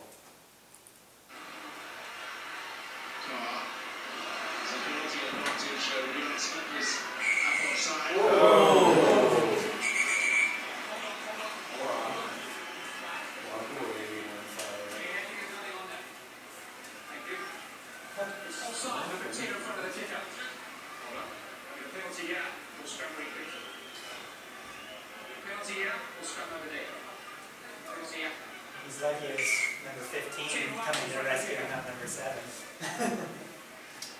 As I learned from my unfortunate trip to Canada, that needs to be reversed. You gotta take those boots out of the game. You can't say, hey, listen, I'll deal with the tackler, you keep your feet to yourself, and not turn the penalty over. And saying, you know, shame on you tackler, you need to get out of there. You need to take foul play out of the game. That needed to be turned over. So that's sort of an official dictation. You can't let players do that to people. I don't like those kind of boots. I mean, I know it's a tough game and tickling contest is down the street, but you gotta worry about player safety. And I learned a lot from that trip. I was pissed off at 7, he kept slowing the ball down, and 8 got him good. I should have red carded 8, but well, that's what you get. I gave you a chance to roll, you didn't, so you got the boots. And I got dropped from your game I was supposed to because of that. So we're not gonna do the test because I don't have the answers right away. But I will have this presentation in the Dropbox to you. So everyone gather together for a quick picture so I know who was all here. Can I ask a question before we do that? So we typically don't have a January meeting, right? No. We do not have a January meeting, we do not have a July meeting. And we probably should talk about a holiday party. Okay. So one of the pieces of feedback that I got from the 5-year plan from Kirk, which I thought was a really good idea, was to have a coaches and captains meeting. Is that something that people are supportive of doing, and if so, should we do that for our February meeting? I would advocate for it to be a different meeting. Maybe March, it's, Well, the season does start before the start of the season. the season does start in February. I think there is private conversations to have where we don't want people to hear, like, I don't want necessarily coaches to hear our discussion. Okay, so you're saying do it outside of our regular meeting? Yeah, I think that's. Have an additional meeting. Yeah. We should have a trust tree where we can all ask questions that are stupid and that we sound like idiots that we should have known kind of thing. I hope that's a good thing for us. But I think we should then have a meeting where we put up maybe for the high schools, the finals of the boys tournament last year. And we talk through it with the high school coaches and say, let's talk. What is your questions? Let's address them now so that they're not at issue next season. And same thing with the police. Well, would it be a possibility of doing like the first half hour is coaches and captains and then they, It's a 2-hour meeting, no matter if you try to make it